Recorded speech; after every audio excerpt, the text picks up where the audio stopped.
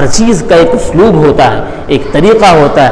قوت برداشت نام کی کوئی چیز ہے، صبر نام کی کوئی چیز ہے. اللہ کے نبی کی تعلیمات ہمیں کیا سکھا رہی ہیں اور ہماری زندگی کس طرف جا رہی.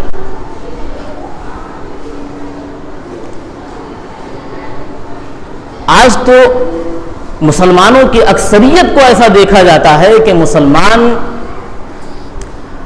اللہ تبارک و تعالی کو بھی نازیبا کلمات کے ساتھ یاد کرتا ہے. اللہ تبارک و تعالی کے فیصلے پر بھی انگلی اٹھاتا ہے کہ یا اللہ آپ نے یہ صحیح نہیں کیا.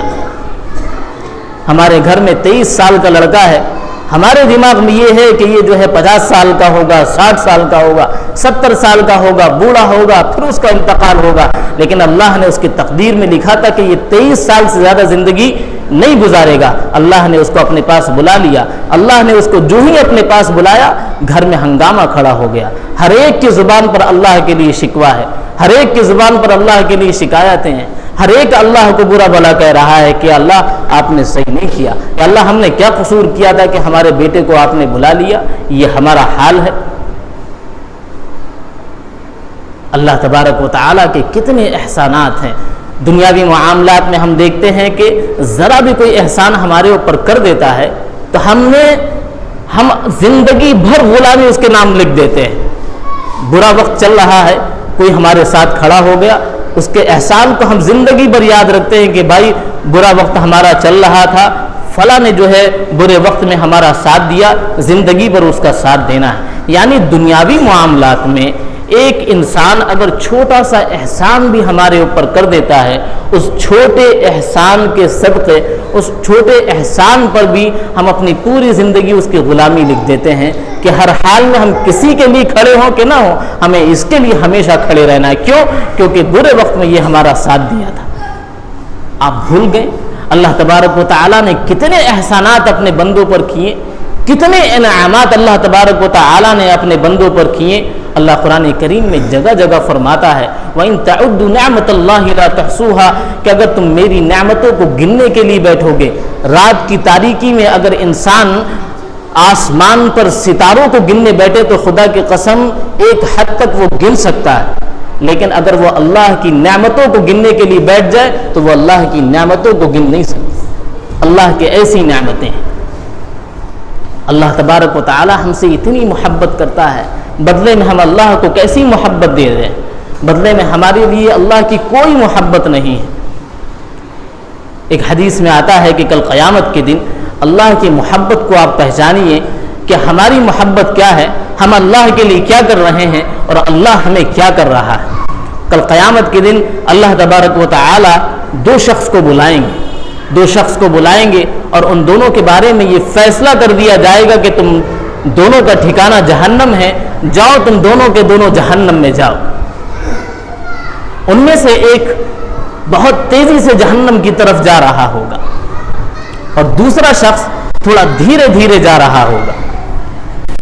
وہ دھیرے دھیرے جا رہا ہوگا اور بار بار پلٹ کر وہ پیچھے کی طرف دیکھے گا. اللہ تبارک و تعالی دونوں کو بلائیں گے کہ ادھر آؤ. اس پہلے شخص کو بلائیں گے کہ جو تیزی سے جہنم کی طرف چل رہا تھا. اللہ تبارک و تعالیٰ اس سے پوچھیں گے کہ جب ہم نے کہا کہ تمہارا ٹھکانہ جہنم ہے، جاؤ ہمیشہ جہنم کی طرف، تو ہم دیکھنے لگے کہ تم تیزی سے جہنم کی طرف جا رہے تھے، آخر کیا بات تھی؟ حیرت ہو رہی تھی کہ تم جہنم کی طرف تیزی سے چل پڑے. اس شخص نے جواب دیا، اے اللہ، جب ہم دنیا میں تھے آپ کے حکموں کو توڑتے تھے، آپ کا ہم نے ایک بھی حکم دنیا میں نہ مانا. آج آخری حکم آپ نے ہمیں دیا کہ جاؤ جہنم کی طرف، تو میرے دل میں یہ خیال آیا کہ ہم نے دنیا میں اللہ کا ایک بھی حکم نہ مانا، یہ آخری حکم اللہ کی طرف سے آیا ہے، چلو اس آخری حکم کو اللہ کے مان لیتے ہیں. اس لیے آپ کا آخری حکم ماننے کے لیے ہم تیزی سے جہنم کی طرف چل پڑے. وہ دوسرا شخص جو دھیرے دھیرے چل رہا ہوگا جہنم کی طرف اور بار بار مڑ کر اللہ کی طرف دیکھ رہا ہوگا، اللہ تبارک و تعالیٰ اس سے پوچھیں گے کہ آخر کیا بات تھی کہ ہم دیکھتے تھے کہ جب ہم نے تم سے کہا کہ تمہارا ٹھکانہ جہنم ہے تو تم دھیرے دھیرے چل رہے تھے اور بار بار مڑ کر میری طرف دیکھ رہے تھے. تو وہ کہے گا، یا اللہ، وہ کہے گا کہ یا اللہ جب آپ نے ہمارے بارے میں یہ فیصلہ سنا دیا کہ جاؤ تمہارا ٹھکانہ جہنم ہے ہمیشہ ہمیشہ وہیں رہو، تو یا اللہ ہم دھیرے دھیرے چل رہے تھے، ہم پلٹ پلٹ کر آپ کی طرف دیکھ رہے تھے کہ اب میرے اللہ کی محبت جوش میں آئے گی، اب میرے اللہ کی محبت جوش میں آئے گی، اب میرا اللہ رحیم اللہ ہمیں پکارے گا اور ہمیں واپس بلا لے گا۔ یا اللہ آپ کی رحمت کی امید میں یا اللہ ہم بار بار پلٹ کر دیکھ رہے تھے کہ اب میرا اللہ بلا لے گا، اب میرا اللہ بلا لے گا۔ اللہ تبارک و تعالیٰ کو ان دونوں کی باتیں اتنی زیادہ پسند آئیں گی کہ اللہ تبارک و تعالیٰ ان دونوں کے بارے میں یہ فیصلہ کر دے گا کہ جاؤ تمہارا ٹھکانہ جنت ہے، تم ہمیشہ ہمیشہ جنت میں رہو۔ اللہ تبارک و تعالیٰ اپنے بندوں کی مغفرت اور بخشش کے لیے بہانہ تلاش کرتا ہے، لیکن ہم اپنی زندگی میں جھانکے کہ ہم اللہ تبارک و تعالیٰ کو اپنی بخشش اور مغفرت کا بہانہ دے رہے ہیں، اللہ تبارک و تعالیٰ کو ہم اپنی بخشش اور مغفرت کا بہانہ بھی نہیں دے رہے۔ ایک حدیث میں آتا ہے کہ اللہ کے نبی نے فرمایا، اللہ تبارک و تعالیٰ فرماتے ہیں کہ میرے ان نافرمانوں کو اگر پتہ چل جائے کہ میں ان سے کتنی محبت کرتا ہوں، اللہ تبارک و تعالیٰ فرماتے ہیں کہ اگر میرے ان نافرمان بندوں کو پتہ چل جائے کہ میں ان سے کتنی محبت کرتا ہوں تو ان کے کلیجے پھٹ جائے۔ جب میں نافرمانوں سے اتنی محبت کرتا ہوں تو فرما برداروں سے کتنی محبت کرتا ہوں گا۔ اللہ اکبر، یہ اللہ کی محبت ہے۔ ایک حدیث میں اللہ کے نبی محمد عربی صلی اللہ علیہ وسلم ارشاد فرماتے ہیں کہ اللہ تبارک و تعالیٰ کا فیصلہ اپنے بندوں کے گمان کے مطابق ہوتا ہے۔ ایک بندے کا گمان اللہ کے بارے میں جتنا ہوتا ہے اللہ کی طرف سے فیصلے بھی ویسے ہی ہوتے ہیں۔ اور حدیث میں آگے اللہ کے نبی فرماتے ہیں کہ جب بندہ اللہ کے لیے ایک بالشت آگے بڑھتا ہے کہ چلو اللہ کی طرف، تو اللہ تبارک و تعالیٰ ایک قدم آگے بڑھتے ہیں۔ اللہ کی محبت کو آپ پہچانیں۔ دنیاوی معاملات میں آپ دیکھ لیجئے، سب سے مقرب اور سب سے عزیز اور سب سے محترم کون ہوتا ہے؟ سب سے محترم ہماری ماں ہوتی ہے، سب سے محترم ہمارا باپ ہوتا ہے، لیکن یقین جانیے اگر آپ کا باپ بھی ناراض ہو جائے تو جلدی وہ خوش نہیں ہوتا ہے، اس کو منانا پڑتا ہے۔ ماں بھی اگر وہ ناراض ہو جائے تو فوراً وہ خوش نہیں ہوتی ہے، اس کو منانا پڑتا ہے۔ لیکن اللہ کی محبت دیکھیے، ہم گناہوں پہ گناہ کر رہے ہیں، نافرمانیوں پر نافرمانی کر رہے ہیں، اللہ ہمیں کہہ رہا ہے کہ ادھر چلو، ہم ادھر چل رہے ہیں، اللہ کے اس طرح سے فیصلوں کو ہم توڑ رہے ہیں، اس کے باوجود آپ اللہ کی محبت کو سنیے اور اللہ کی محبت کو آپ محسوس کیجئے کہ اللہ کے نبی محمد عربی صلی اللہ علیہ وسلم فرماتے ہیں کہ جب بندہ اپنے اللہ کی طرف ایک بالشت بڑھتا ہے تو اللہ تبارک و تعالیٰ کو اتنی خوشی ہوتی ہے کہ اللہ ایک قدم بڑھتا ہے۔ جب بندہ ایک قدم بڑھتا ہے تو اللہ تبارک و تعالیٰ دو قدم بڑھتے ہیں، اور جب بندہ اللہ تبارک و تعالیٰ کی طرف پیدل چل کر جا رہا ہوتا ہے تو اللہ تبارک و تعالیٰ دوڑ کر اس کی طرف آ رہے ہوتے ہیں۔ اللہ اکبر، یہ اللہ کی محبت ہے۔ ہم کب اللہ کی محبت کو محسوس کریں گے؟ کب ہم اپنی زندگی میں اللہ کی محبت کو لائیں گے؟ کب ہم محسوس کریں گے کہ اللہ ہم سے اتنی محبت کرتا ہے، ہمیں بھی اللہ کے لیے کچھ کرنا ہے؟ ہمیں اپنی زندگی میں اللہ کی محبت کو بڑھانے کی ضرورت ہے۔ ہر عمل میں ہمیں چاہیے کہ ہمارا ہر عمل اللہ کے نبی کی زندگی کے مطابق ہو۔ جب ہمارا ہر عمل اللہ کے نبی کی زندگی کے مطابق ہوگا، اللہ کو وہ عمل پسند آئے گا۔ اللہ قرآن کریم میں فرماتا ہے قُلْ إِن كُنتُمْ تُحِبُّونَ اللَّهَ فَاتَّبِعُونِي يُحْبِبْكُمُ اللَّهُ۔ اگر تم چاہتے ہو کہ تمہارا اللہ تم سے خوش ہو، اگر تم چاہتے ہو کہ تمہارا اللہ تم سے محبت کرے تو میرے نبی کی پیروی کرو، میرے نبی کی زندگی کے مطابق تم زندگی گزارو، تم یقین کر لینا کہ تمہارا اللہ تم سے خوش ہے اور تمہارا اللہ تم سے محبت کرتا ہے۔ اللہ کی محبت ہمارے دلوں میں کب آئے گی؟ اللہ کے نبی کی محبت ہمارے دلوں میں کب آئے گی؟ اللہ کی محبت، اللہ کے نبی کی محبت ہمارے دلوں میں اس وقت آئے گی، اس کا جواب قرآن کریم ہم کو دیتا ہے۔ قرآن کریم میں جب آپ پڑھیں گے تو اللہ تبارک و تعالی ہمیں بتاتا ہے یا ایھا الذین آمنوا اتقوا اللہ وکونوا مع الصادقین، کہ تم اپنے اندر پرہیزگاری پیدا کرو، تم اپنے اندر اللہ کا خوف پیدا کرو اور تمہارے اندر پرہیزگاری کب پیدا ہوگی؟ تمہارے اندر اللہ کا خوف کب پیدا ہوگا؟ وَكُونُوا مَعَ الصَّادِقِينَ، جب تم اللہ کے نیک بندوں کے ساتھ رہو گے، جب تم اللہ کے سچے بندوں کے ساتھ رہو گے، اللہ کے برگزیدہ بندوں کے ساتھ رہو گے، تو خود بخود تمہارے اندر پرہیزگاری پیدا ہو جائے گی۔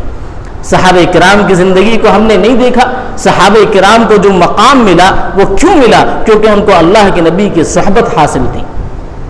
اللہ کے نبی کی ذات، اللہ اکبر، اللہ کے نبی کی ذات سے بڑی کوئی ذات ہو سکتی ہے؟ اللہ کے بعد اللہ کے نبی کی ذات ہے۔ مسجد اقصیٰ میں سارے انبیاء جب اللہ کے نبی معراج کے لیے جا رہے تھے تو مسجد اقصیٰ میں سارے نبیوں کو اللہ تبارک و تعالی نے جمع کر دیا۔ حضرت آدم علیہ السلام سے لے کر حضرت محمد صلی اللہ علیہ وسلم تک جتنے نبی آئے، اللہ تبارک و تعالی نے اللہ کے نبی کے احترام میں سارے نبیوں کو مسجد اقصیٰ میں جمع کر دیا۔ اور انتظار ہو رہا ہے ایک شخص کا، کس کا انتظار ہو رہا ہے؟ محمد عربی صلی اللہ علیہ وسلم کا انتظار ہو رہا ہے، انتظار ہو رہا ہے۔ حضرت محمد صلی اللہ علیہ وسلم مسجد اقصیٰ میں پہنچتے ہیں اور اللہ کے نبی کے لیے صفوں کو چیر دیا جاتا ہے، اور اللہ کے نبی کے استقبال میں سارے نبی کھڑے ہیں۔ ایک طرف اسحاق ہیں، یعقوب ہے، ابراہیم ہے، آدم ہے، ہر طرح کے بڑے بڑے انبیاء اللہ کے نبی کے استقبال میں کھڑے ہوئے ہیں۔ اللہ کے نبی سیدھے جاتے ہیں اور منبر پر کھڑے ہو جاتے ہیں۔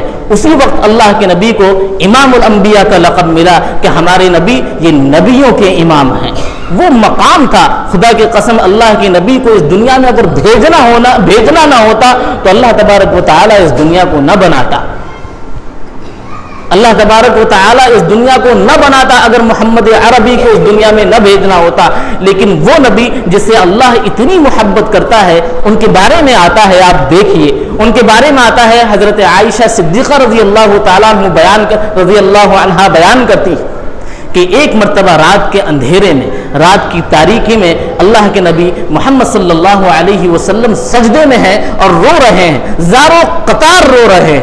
اللہ اکبر، معصوم نبی اور اللہ کا چہیتا اور دلارا نبی، اس کو کیا ضرورت تھی رونے کی، اس کو کیا ضرورت تھی سجدہ کرنے کی، لیکن سجدے میں ہے اور رو رہا ہے، زاروں قطار رو رہا ہے، اور اتنا رو رہا ہے کہ سسکیاں بن گئی۔ حضرت عائشہ صدیقہ رضی اللہ تعالی عنہا نے کان لگایا کہ اللہ کے نبی آخر کیا باتیں کر رہے ہیں اللہ تعالیٰ سے، اللہ کے نبی کیا مانگ رہے ہیں۔ حضرت عائشہ نے کان لگایا تو حضرت عائشہ کے کان میں آواز آئی کہ اللہ کے نبی محمد صلی اللہ علیہ وسلم کہہ رہے ہیں کہ یا اللہ ہم ڈرتے ہیں کہ کہیں آپ ہم سے ناراض نہ ہو جائیں۔ اللہ اکبر، وہ نبی جو معصوم ہے کہ جس کو اس دنیا میں نہ بھیجنا ہوتا تو شاید اللہ اس دنیا کو نہ بناتا، وہ نبی سجدے میں ہے، رو رہا ہے، زاروں قطار رو رہا ہے، اور وہ اللہ سے کہہ رہا ہے کہ یا اللہ ہم ڈرتے ہیں کہ کہیں آپ ہم سے ناراض نہ ہو جائے۔ یہ اللہ کے نبی کی کیفیت تھی، یہ اللہ کے نبی کا دل کا حال تھا۔ جب ایسے دل کے حال کی کیفیت والی شخصیت کے صحبت میں جو بیٹھے گا تو اس کا مقام تو ظاہری بات ہے بلند ہوگا۔ صحابہ کرام نے اللہ کے نبی کی صحبت پائی تو ان کو بھی اللہ تبارک و تعالی نے قرآن کریم میں رضی اللہ عنہم ورضوا عنہ کا لقب سنا دیا۔ حضرت عمر بن خطاب رضی اللہ تعالی عنہ جو کہ اللہ کے نبی کے ساتھیوں میں سے تھے، اللہ کے نبی کے چہیتے تھے، اللہ کے نبی کی صحبت تھی، اگر حضرت عمر کو اللہ کے نبی کی صحبت حاصل نہ ہوتی تو وہ عمر نہ ہوتے، لیکن اللہ کے نبی کی صحبت ان کو حاصل تھی۔ تو صحبت کا آپ اثر دیکھیے کہ جب کبھی حضرت عمر بن خطاب رضی اللہ تعالیٰ عنہ قرآن کریم کی اس آیت پر پہنچتے تھے، جبکہ کون عمر ہے؟ وہ عمر ہے جن کو اللہ کے نبی کی صحبت حاصل ہے۔ یہیں پر بات ختم نہیں ہوتی، اللہ کے نبی نے حضرت عمر کے بارے میں فرمایا کہ میں تو آخری نبی ہوں، میرے بعد قیامت تک کوئی نبی آنے والا نہیں ہے، لیکن میرے بعد اگر کوئی نبی ہوتا تو عمر ہوتا۔ نبیوں والی جو کوالٹی ہیں، نبیوں والی جو بات ہے وہ عمر ہے، وہ عمر میں ہے، اگر میرے بعد کوئی نبی ہوتا تو وہ عمر ہوتا. ایسے مقام اور مرتبے والے وہ تھے، لیکن ان کو اللہ کے نبی کی صحبت حاصل تھی. صحبت کا مطلب آپ لوگوں کو سمجھاتے ہیں کہ جب کبھی حضرت عمر بن خطاب رضی اللہ تعالیٰ عنہ قرآن کریم کی اس آیت پر پہنچتے تھے، ان عذاب ربک لواقع ما له من دافع. قرآن کریم کی یہ ایک آیت ہے. حضرت عمر بن خطاب کے جن کو دنیا میں اللہ نے جنت کی بشارت دی تھی کہ یہ عمر جا رہا ہے نا، یہ جنتی ہے، ایسی شخصیت تھے وہ، لیکن دل کی کیفیت دیکھیے. جب کبھی حضرت عمر قرآن کریم کی اس آیت پر پہنچتے تھے، ان عذاب ربک لواقع ما له من دافع، کہ تمہارے رب کا عذاب تمہیں پہنچ کر رہے گا، کس کی طاقت ہے، کس کی مجال ہے جو اللہ کے عذاب کو روک دے. جب اس آیت پر حضرت عمر پہنچتے تھے تو بے ہوش ہو جاتے تھے. یہ ان کی دل کی کیفیت تھی. ایسے ان کا دل کا حال کیسے ہوا، ان کی دل کی کیفیت کیسے ایسے ہوئی؟ کیوں؟ کیونکہ ان کو اللہ کے نبی کی صحبت حاصل تھی. اللہ کے نبی کی صحبت حاصل نہ ہوتی تو ان کی دل کی کیفیت ایسی نہ ہوتی. اس لیے کبھی ہم اللہ والوں کی صحبت میں بیٹھتے ہیں، اللہ والوں سے ہم اپنا تعلق رکھتے ہیں، تو ان کی روحانیت، ان کی نورانیت ہمارے اندر منتقل ہوتی ہے. آپ اس کو ایک مثال سے سمجھیں گے. حضرت ابراہیم بن ادہم رحمۃ اللہ علیہ ایک بہت پائے کے بزرگ ہیں.